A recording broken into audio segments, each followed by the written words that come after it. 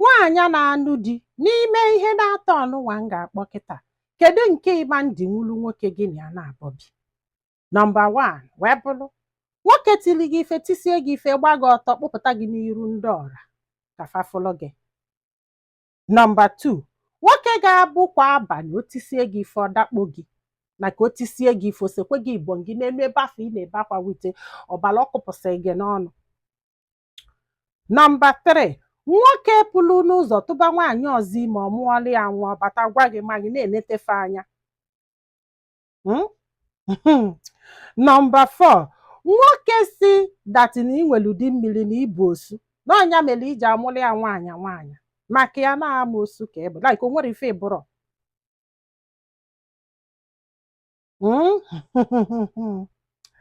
Chee, mana ka njụkwa unu na marriage omembọla ọba ajọ ife ka ọ na ọ bụrụ ajọ ife?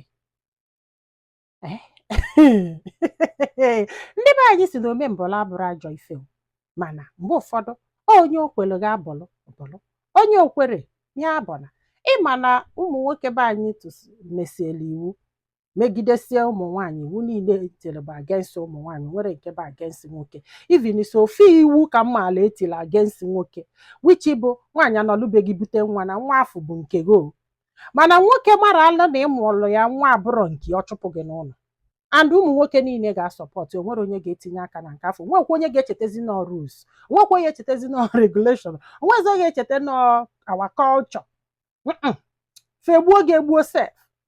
Mana imegidere wee mere nke nụnwa asị na nwaanyị emekwene, fancha niile akpụla ogene na-akụ ya sọsọ maka ya ka a ga na-akọ. Unu ama na mgbe gboo na nwaanyị nwere ike ikpegbu nwoke, ife sọlị anya bụ lọsọkwa ya nwaanyị kpesie nwoke, kpetosie anya ọnụ, asị ya nwoke na-egheribe anya, nwoke na-egheribe anya, agwara anya nwoke na-egheribe anya, amasịgokwu ya ikpe. Mana gị bụ nwaanyị mere pịarara, fa ga-eti gị ọgba na jerịja. O nwere one woman wonder, mara m ihe ha si na o mere eme, ụmụnna niile kpụpụta dị so woman gbu ya ọtọ, stak gbu ya ọtọ, wee na-atụ ya aja, na-atụ ya nke nwa, na-atụ ya nke nwa, sị na ọ dị tradition na o mere alụ. Sọsọ nwaanyị na-eme alụ.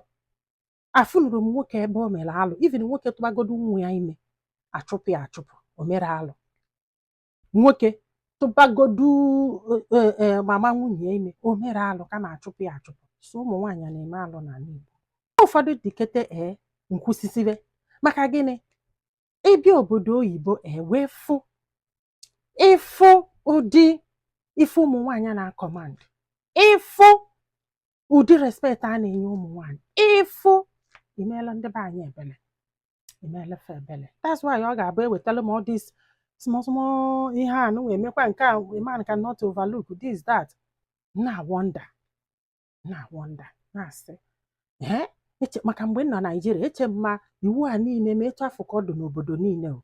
I thought it was like that everywhere until mbịa obodo oyibo wee mara that na ụmụ nwoke enwere dị power like ọ bụrụ na power dị 100%, ihe ha nwere bụ maybe 5 or 10. Ya 5 or 10 ihe ụmụ nwaanyị na-echi ha ịnụtala ezigbo nwaanyị, ịfụ ka ha si ekele Chukwu, ikwugheri ọ na-asị gị no problem, ikwuo nna na-ayọ gị ayọ, imegheri ara na-ayọ gị ayọ. Ị ga-anọlube di gị, nwoke abịa kpọọ ọgụ, nwoke akpọọ ọgụ sị gị nne na ya laikikwanụ gị, gị chekie mara onye ị ga-eso. Nwaanyị na-anụ di na adult ka ọ bụ like adult have right to do ife ọbụla dị ya mma. Do you understand? Na-ayọ gị n'iru di gị, gị chekie di gị, chekie nyanwa ka ị mara onye ị ga-eso, and di gị nwere anything to do about it. Small things ihe overlook, iwelie na-achọ ka igbuo nwaanyị. Metụ nwaanyị aka n'obodo oyibo ka ijee nga, olee si ma na nwaanyị afọ epresịrị charges, ijee nga na-apụ ala. Mana nwaanyị ga na-atụwesi ụmụ nwoke ọla everyday. Ọkwa ilute na police station, police asị gị, can't you take a slap from a woman? Is it not this hand that she used to slap you? Can't you take it? It's just a slap. Come on, man. Be a man. Nwoke ibe gị ga na-agwa gị, come on, man, be a man. Jụba gị ma ayọn ka o ji ma gị ọla ka ọkwa aka ya nọ. They will talk you down into even pressing charges. Ọ bụrụ na ịgbadosi ụkwụ na n'ike, that is the only way you can press charges. I'm telling you. So, ịnụta nwaanyị mara ife, appreciate that woman and itibọrịbọ nọ na be anyị dị too much. Iti nke anyị nya legodu nnọọ tụbagide nwaanyị ime 6 times ụmụ nwaanyị 6 na nwaanyị na ọ tara amoosu na ọ bụ osu na o nwee di mmiri na o mere nna, all these things to bring her down, to subdue her, to make her believe na amoosu. What type of a man are you? Mgbe ijele ịnụ ya mara na osu, mgbe ijele ịnụ ya mara na amoosu, mgbe ijele ịnụ ya dọkọkwa gị nwa ji aka gị decide ya this marriage tụbịa ime without knowing. Say anọ maka na ị chọrọ ịnụ ya. Ejuọ dị yourself, will you marry me? You decided everything yourself. Oluzie kịta ọ daghali aza etu isi chọọ, ịmalụ na osu, malụ na amoosu, malụ na nderi, malụ na amagba, malụ na ọ na-aṅụ ọbara. Nwere ife ma ama nnụ. Chukwu meelụ na ebele. Virgin Maria nyekwuola unu aka. Ọ bịawụlụ ma akwa ifo m onwe oge elugo dat na onye si m na-emeri ya ọbọlụ ma na-ekwu n'okwu after all na ndị be anyị tụrụ inu si na ome mbọlụ abụrụ ajọ ife.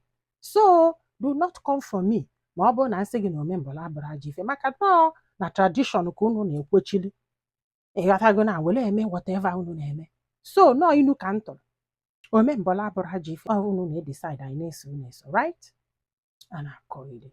Nne, ọ nwere m ife nwere ike ịgwa gị, mana ọ bụrụ na o nwere lawyer nọ na this page feel like na ọ chọrọ itake this case, let me know ka nye gị nọmba aka gị na ya na-abọkwube, because na ọ dụgo tired of going to court. Ife onye ididebe bụ lawyer ga-enyeli ya aka ka agbasa this marriage ka onye ọbụla jebele onwe.